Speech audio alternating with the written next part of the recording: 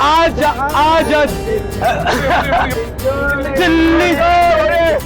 Carry on carry on. रात की मटकी पुट गई। निशा कम ऑन यार। नो मस्ती मेहुल।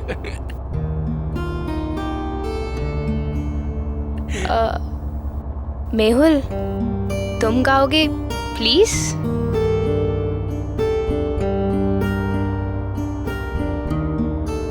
ओके। पहला नशा पहला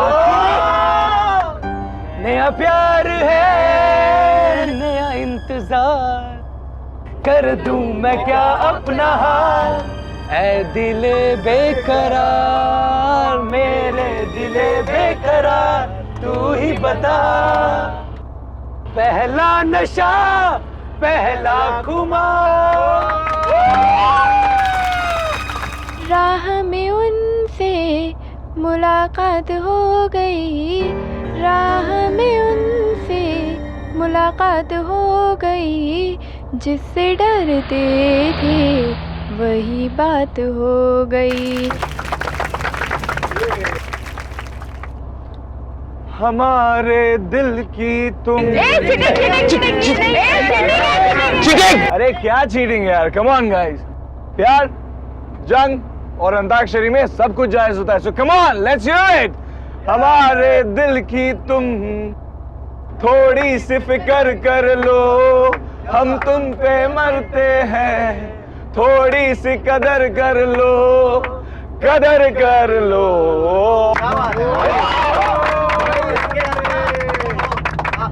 तुम दिल की धड़कन में रहते हो, बाहों में आ जाओ, सपनों में खो जाओ। बहुत अच्छा गाना गाया स्नेहा, पर अब बारी किसकी है? अभी इस पेस्ट्री की बारी है। हे, पेस्ट्री। पेस्ट्री? अरे ये क्या बात हुई? हम इतने सारे लोग एक पेस्ट्री में से कैसे शेयर करेंगे? हाँ, ये पेस्ट्री तो सिर्फ मेरे बर्थडे बॉय के लिए है। एक मिनट, हम सब मेहुल के दोस्त हैं, तो मेहुल की पेस्ट्री हमारी पेस्ट्री तो नहीं, ये पेस्ट्री तो सिर्फ मेहुल खाएगा, सिर्फ मेहुल के लिए है। ओके, अगर ये पेस्ट्री मेरे लिए है तो मैं ही इसे खाऊंगा, लेकिन तुम्हें भी इसे मेरे साथ खाना होगा। ओके?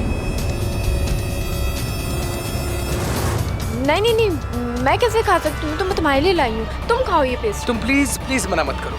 एक तरफ से तुम खाओगी, एक तरफ से मैं। वो क्या है ना कि एक साथ खाने से प्यार बहुत बढ़ता है। नहीं मेहुल, अभी तुम्हें खानी ही होगी। तुम खाओगे एक साथ। नो।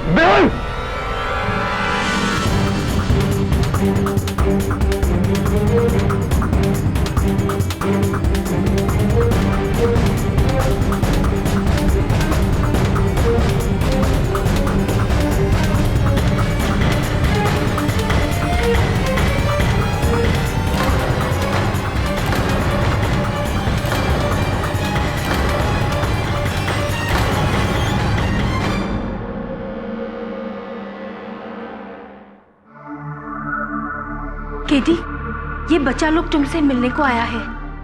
क्यों? केडी से हमारी फ्रेंड आर्या, प्लीज उसे बचा लीजिए। सर, उसे हमारे ही दोस्त मेहुल को मारने के जुर्म में गिरफ्तार कर लिया सर, और आपके अलावा उसे कोई नहीं बचा सकता सर, प्लीज। ऐसी तो ये घटना कहाँ घटी, कैसे, कब?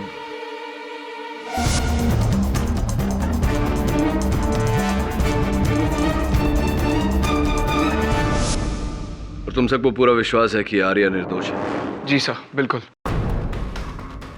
हाँ सर। सर आर्या तो मेहुल से बहुत प्यार करती थी, वो उसे कभी नुकसान नहीं पहुंचा सकती। हाँ केडी, वैसे भी वो बहन जी किसी का खून नहीं कर सकती। अच्छा, तो फिर हो सकता है कि हत्यारा तुम चारों में से कोई हो। व्हाट? अगर हम लोगों में से कोई खूनी होता तो उस आर्या को बचाने के लिए हम आपके पास क्यों आते? Good question. अपने अपराध पर पर्दा डालने के लिए। ये आप कैसी बातें कर रहे हैं सर? हम अपनी दोस्त को यहाँ बचाने के लिए आपके पास आए हैं और आप हमें ही फंसा रहे हैं। मुझे किसी को फंसाने की कोई आवश्यकता नहीं। हाँ, आवश्यकता है तो इस बात की कि मैं हर केस की हर पहलू को बिल्कुल बारीकी से देखूं। केडी, हो सकता है ये बच्चा लोग सच बोल रहे हो। तुम हमेशा सच के लिए लड़ते हो ना। अरे अगर उन लोग का फ्रेंड इनोसेंट है तो तुम उसको बचा सकते हो ना, प्लीज।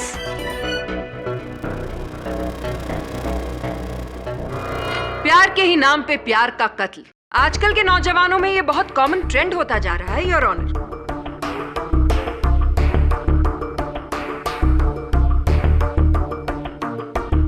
प्यार का तो जैसे डेफिनेशन ही बदल दिया है इस नई पीढ़ी ने। क्यों आर्या? मैंने मेहुल को नहीं मारा। मुझे नहीं पता उस पेस्ट्री में जहर कहाँ से आया। मैंने कुछ नहीं किया। झूठ झूठ कह रही हैं आप।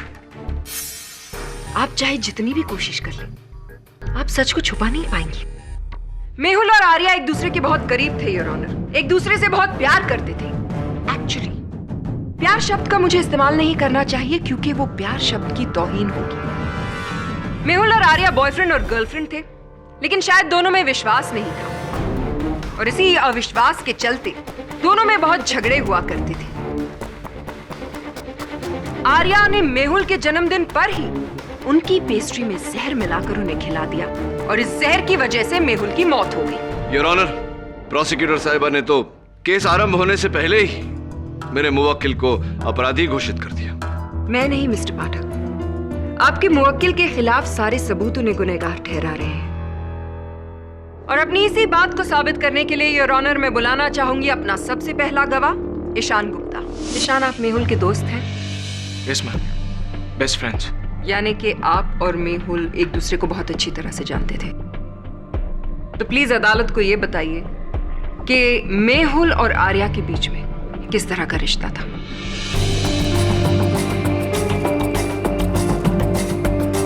वो दोनों एक दूसरे को पसंद करते थे और प्यार भी। कोर्ट को यह भी बताइए कि जिस दिन मेहुल की मौत हुई उस दिन क्या हुआ। उस दिन मेहुल का जन्मदिन था मैम। मेहुल बहुत ही रोमांटिक किस्म का इंसान था। उसे हर वक्त कोई ना कोई बहाना ढूंढना होता था आर्या के करीब आने का, हमेशा कोई ना कोई बहाना। और उस दिन एक साथ इकट्ठे वो पेस्ट्री खाने वाली बात। मतलब ये कि जब बस टनल में जा रही थी तब आर्या ने मेहुल को वो पेस्ट्री खिलाई और टनल से बाहर आते आते ही मेहुल की मौत हो गई। Am I right? Right. Point to be noted milord. जैसा कि प्रोसिक्यूशन ने पहले भी कहा था, मेहुल की मौत पेस्ट्री खाने से हुई जो उस टनल में उसे आर्या ने खिलाई थी।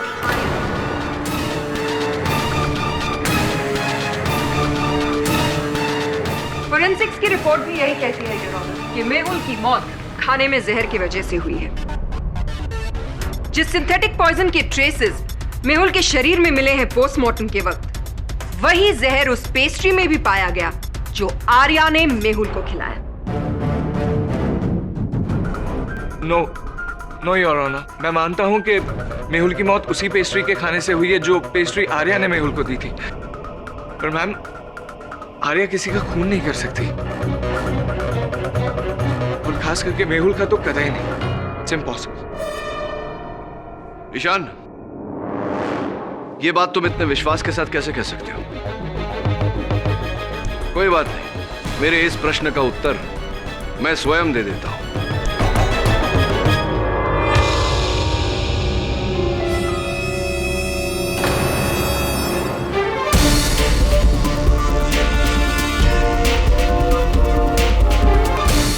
ये सब क्या है केडी? योर ऑनर, आंकने का प्रयास कर रहा था कि खिलाने के अलावा और कौन कौन से तरीके हैं किसी को जहर देने के। मतलब?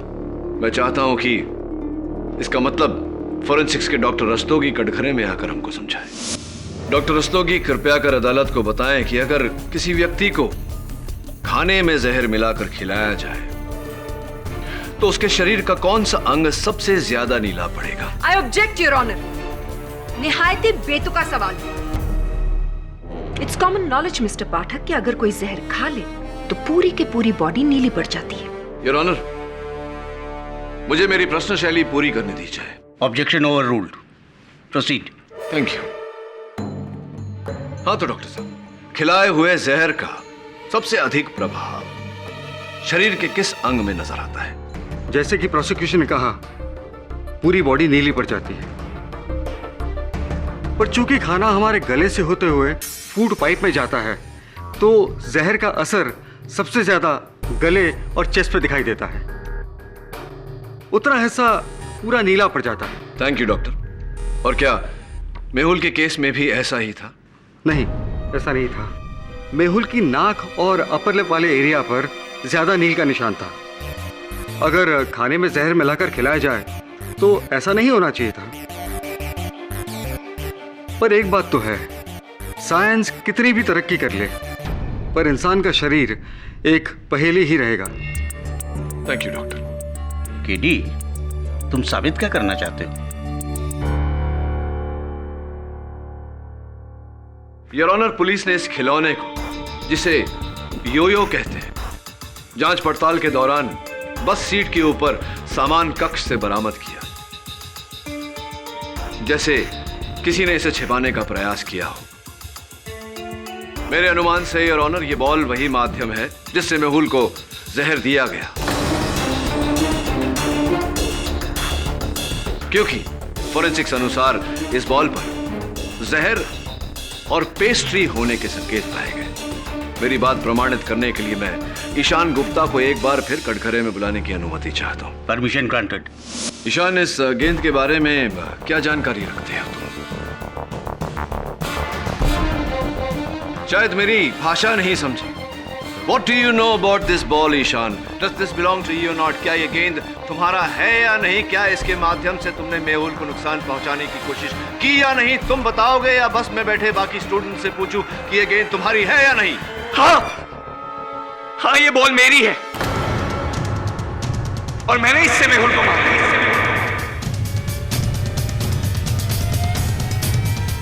पर इस योयो बॉल से मेहुल की मौत नहीं हो सकती सर, क्योंकि इस पे मैंने कोई जहर वहर नहीं लगाया था। I swear. मैं और आर्या बचपन के दोस्त हैं और बचपन से ही मैं आर्या को बहुत पसंद करता हूं। चाहता था कि ये मेरी गर्लफ्रेंड बने। किस्मत को कुछ और ही मंजूर था। आर्या को मेहुल पसंद आ गया। मुझे इस बात से कोई तकलीफ नहीं थी सर। तकलीफ थी तो इस बात से कि मेहुल आर्या के लायक ही नहीं था। स्नेहा ने कई बार आर्या को नीचा दिखाने की कोशिश की। मैंने ये बात कई बार आर्या को समझाने की कोशिश की, पर नहीं। आर्या मेहुल के प्यार में अंधी थी। उसे उसके बारे में कुछ नहीं सुनना था। फिर केडी से मैंने डिसाइड कर लिया कि आज के बाद मैं इन दोनों के बीच कभी नहीं आऊंगा। पर जब उस दिन मेहुल ने आर्या के साथ एक साथ इकट्ठा वो पेस्ट्री दो अलग अलग कोनों से खाने की जब बात की, एक तरफ से तुम खाओगी, एक तरफ से मैं, क्योंकि क्या है कि एक साथ खाने से ना प्यार बढ़ता है। तो मुझसे रहा नहीं गया। टनल के अंधेरे का फायदा उठाते हुए मैंने अपने योयो बॉल से उनके इस खूबसूरत लम्हे को बिगाड़ने की पूरी कोशिश की।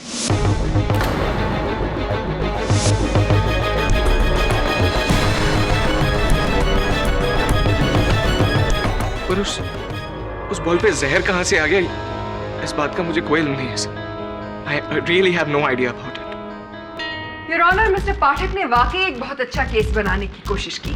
चलिए मिस्टर पाठक, 1 मिनट के लिए ये मान लेते हैं कि वाकई ईशान ने मेहुल को उस बॉल पे लगे जहर के थ्रू मारने की कोशिश की। लेकिन सवाल ये उठता है कि क्या उस बॉल पर लगा थोड़ा सा जहर काफी है एक पूरी पेस्ट्री को जहरीला बनाने के लिए? और अपने इसी सवाल का जवाब देने के लिए मैं बुलवाना चाहूंगी कटघरे में डॉक्टर रस्तोगी को। इस योयो बॉल पर ना के बराबर मात्रा में जहर मिला था। इससे साफ पता चलता है कि जहर इस बॉल में नहीं लगा था, बल्कि ये बॉल किसी जहरीली चीज पे जाकर गिरा हो। जैसे कि कोई जहरीली पेस्ट्री? जी, हो सकता है। मैं अदालत को बताऊं कि वो क्या है, उससे पहले मैं अपने मुवक्किल आर्या से कुछ वार्तालाप करना चाहूंगा। Permission granted. आर्या, जो पेस्ट्री तुमने मेहुल को खिलाई थी वो तुमने कहां से खरीदी थी? जी, कैंप के पास एक शॉप है, वहां से ली थी। वहां खरीदते वक्त कोई ऐसी घटना घटी थी जिसके कारण तुम्हें वो पेस्ट्री किसी और के हाथ में दे देनी पड़ी? हाँ, मेरे बैग में से पता नहीं किसने वॉलेट निकाल लिया था और मेरे पास पैसे नहीं थे, तभी वहां तुषार आया। तुषार ने कहा कि जाकर अपना वॉलेट ढूंढो, इसके पैसे मैं भर देता हूं। जी। इसका अर्थ यह हुआ योर ऑनर कि उस पेस्ट्री का मूल्य तुषार ने भरा था, यानी कि वो पेस्ट्री तुषार ने खरीदी थी, आर्या ने नहीं।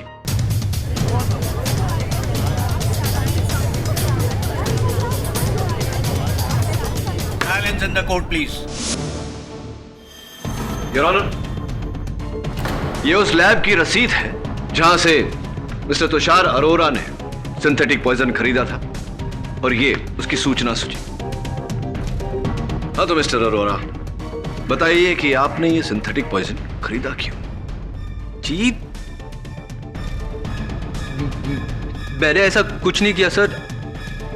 आप मुझे क्यों फंसाना चाह रहे हैं? मिस्टर अरोरा, अभी अभी आपके सामने मैं न्यायाधीश महोदय को वो रसीद दे चुका हूं जिससे स्पष्ट होता है कि आपने कैंप पे जाने से पहले ये सिंथेटिक पॉइजन खरीदा और आप ही ने ये सिंथेटिक पॉइजन उस पेस्ट्री में मिलाया।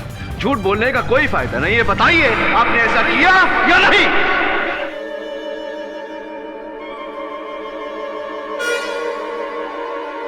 हाँ,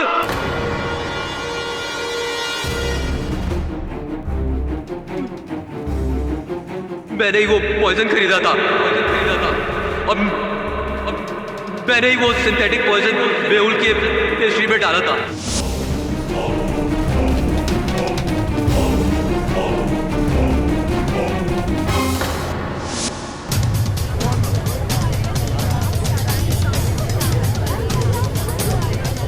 ऑर्डर ऑर्डर। और क्यों नहीं करता मैं? मेहुल का एक मजाक मेरे पे श्राप बन गया था। पूरे कॉलेज के सामने मजाक बना के रख दिया था उसने। सर, धोखे से बॉयज रूम में उसने मेरी न्यूड फोटोग्राफ क्लिक करके नोटिस बोर्ड पे लगा दी थी। वैसे ही सारे स्टूडेंट मेरा खिलाने की वजह से मजाक बनाते थे और ऊपर से मेहुल की यह हरकत, बस इसलिए मैंने उसको मारने का प्लान बना लिया सर। और इसी बहाने से आर्या की पेस्ट्री में वो जहर डाल दिया था।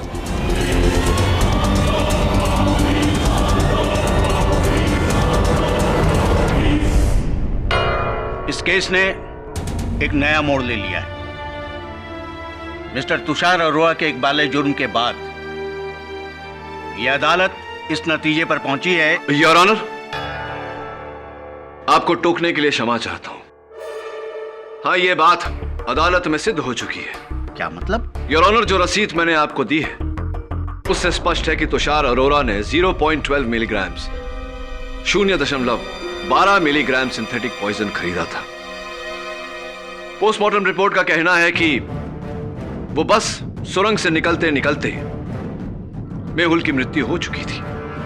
Your honour, 0.12 milligram synthetic poison, synthetic जहर अगर किसी को खाने में मिलाकर खिलाया जाए तो मृत्यु होने में 5 से 6 घंटे लगते हैं। लेकिन चूंकि मेहुल की मृत्यु तुरंत हो गई थी, मैं चाहता हूं कि डॉक्टर रस्तोगी इस बात पर रोशनी डालें। इजाजत। हाँ, ये सच है कि 0.10 से 1 मिलीग्राम तक के जहर का असर बहुत धीरे धीरे होता है, लेकिन मेहुल की मौत तो बहुत जल्दी हो गई। इसका मतलब ये है कि मेहुल को बहुत स्ट्रॉन्ग जहर दिया गया है, जैसे किसी सांप का डंक, न कि कोई सिंथेटिक पॉइजन। तो क्या यह कहना ठीक रहेगा कि मेहुल की मृत्यु उस 12 मिलीग्राम सिंथेटिक पॉइजन के कारण नहीं, किसी और जहर के कारण हुई? हो सकता है।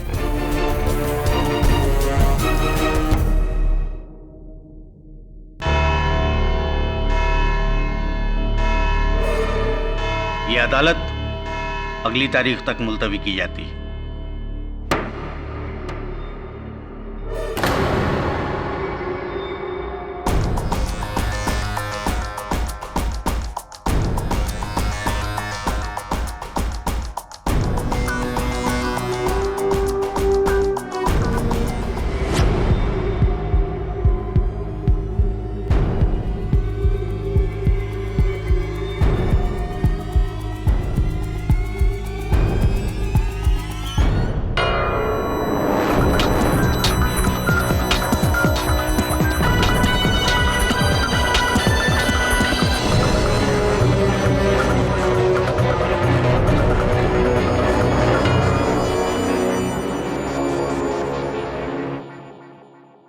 वरुण, यहाँ आओ।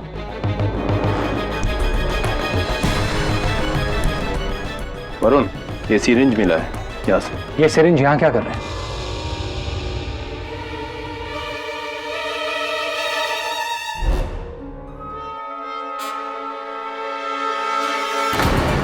वरुण, वरुण, वरुण, श्रवण, जल्दी आ। वरुण, जल्दी उठा उसको, बाहर लेके जा। Hello KD.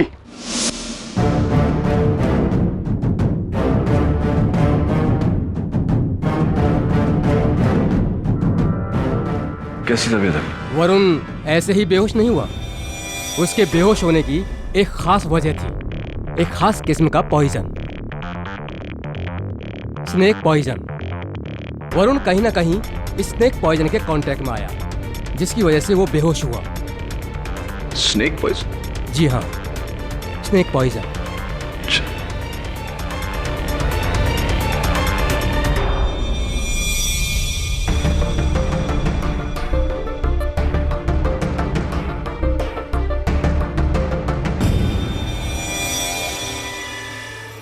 योर ऑनर, अब तक हम बिल्कुल ही भूल दिशा में जा रहे थे।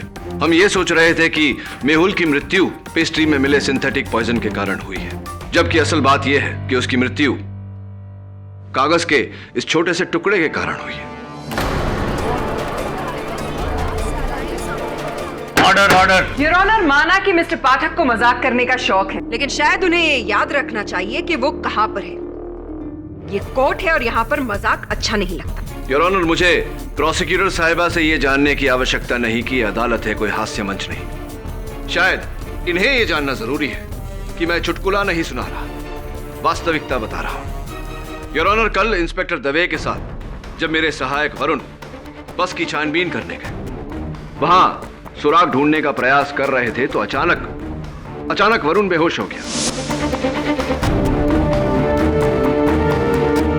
डॉक्टर के पास ले जाया गया तो पता चला कि उसकी बेहोशी का कारण स्नेक वेनम है, सांप का विष। मिस्टर पाठक, आप ये बताने की जहमत करेंगे कि इस बात का इस केस से आखिर लेना देना क्या है? अगर आप रुकावट नहीं डालती तो बस बताने ही वाला था।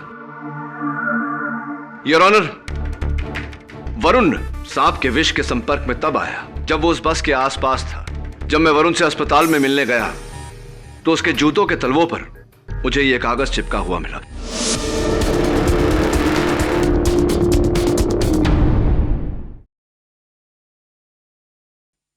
फोरेंसिक्स का यह मानना है कि यह कागज का टुकड़ा स्नेक वेनम यानी कि सांप के विष में डुबोया गया था, जिसके कारण वरुण बेहोश हुआ था। योर ऑनर, अगर विष की मात्रा इसमें ज्यादा होती, अधिक होती, तो वरुण की जान भी जा सकती थी। और आप ये कहना चाहते हैं मिस्टर पाठक कि इस कागज के छोटे से टुकड़े का मेहुल की मौत से कोई ताल्लुक है?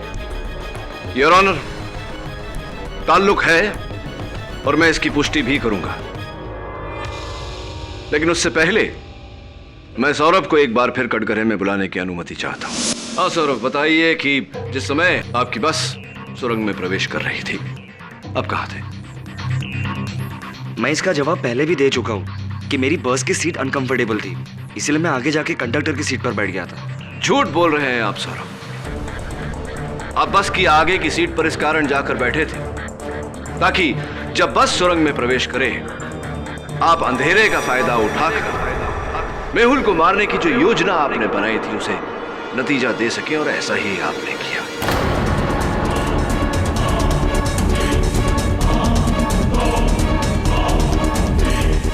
बस सुरंग में घुसी, आप अपनी सीट से उठे और आपने ये कागज का टुकड़ा उसके नाक और उसके होंठ पर लगाया, जिस कारण उसकी मृत्यु हो गई। माइंड ब्लोइंग ऑब्जर्वेशन मिस्टर पाठक, लेकिन एक छोटा सा नॉट सो माइंड ब्लोइंग सवाल मैं पूछना चाहती हूँ। अगर सिर्फ उस कागज के टुकड़े को छूने से मेहुल की मौत हो गई, तो सौरभ को कुछ क्यों नहीं हुआ? क्या वो सुपरमैन है? एंटीडोट योर ऑनर, विषनाशक दवा। कल जब इंस्पेक्टर दवे और वरुण उस बस की छानबीन कर रहे थे, उन्हें एक थैले में एक इंजेक्शन मिला जो विषनाशक दवा के लिए प्रयोग किया गया था, जिस पर सौरभ की उंगलियों के निशान मिले।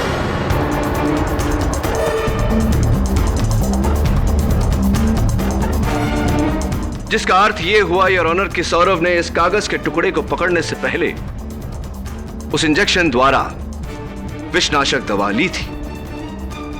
यह जानकारी मिलने के बाद मैंने इनकी पिछली जिंदगी के बारे में छानबीन की, तो पता चला कि इनका नाम सौरभ डी चौधरी है योर ऑनर। लेकिन केडी, इसमें कमाल की बात क्या हुई? कमाल की बात तो है योर ऑनर, क्योंकि सौरभ डी चौधरी का अर्थ होता है सौरभ देवधर चौधरी।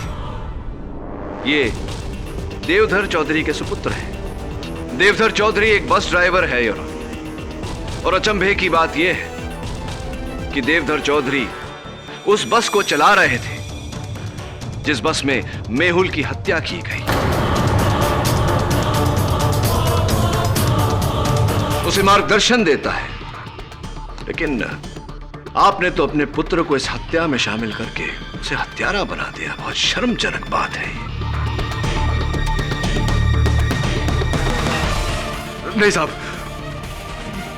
मेरे बेटे ने कुछ नहीं किया साहब, मेरे बेटे ने कुछ नहीं किया है। खूनी मैं हूं, मैंने मेहुल का खून किया है साहब, मैंने मेहुल का खून किया है।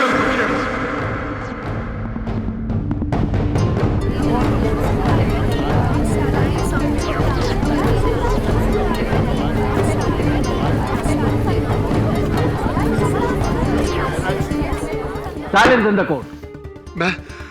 मैं मेहुल के पिताजी के यहाँ काम करता था, मैं उनका ड्राइवर था। उन दिनों मेरे बड़े बेटे की तबीयत बहुत खराब थी। वो सिर्फ 2 साल का था साहब। मुझे पैसों की सख्त जरूरत थी। ईमानदारी और वफादारी से काम किया, लेकिन कुछ हासिल नहीं हुआ। मेहुल के पिताजी ने मेरे बेटे के इलाज के लिए पैसे देने से साफ इनकार कर दिया। मैंने उनसे बहुत मन्नतें की, उनके सामने हाथ पैर जोड़े, लेकिन उन्होंने मेरी एक भी नहीं सुनी। मेरा बेटा इस दुनिया से चला गया साहब, मेरा बेटा इस दुनिया से चला गया साहब, मेरा बेटा इस दुनिया से चला गया।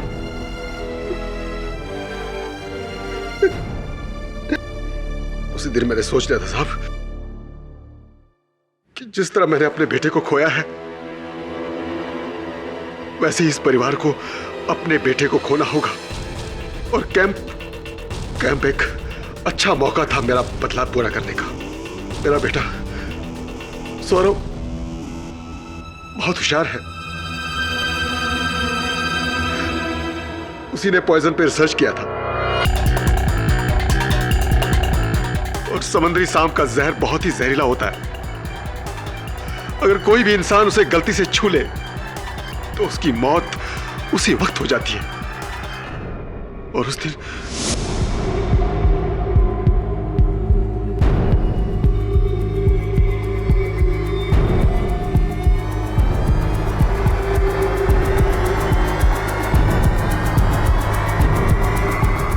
मैं पॉइजन की बोतल हाथ में लिए मेहुल की तरफ गया।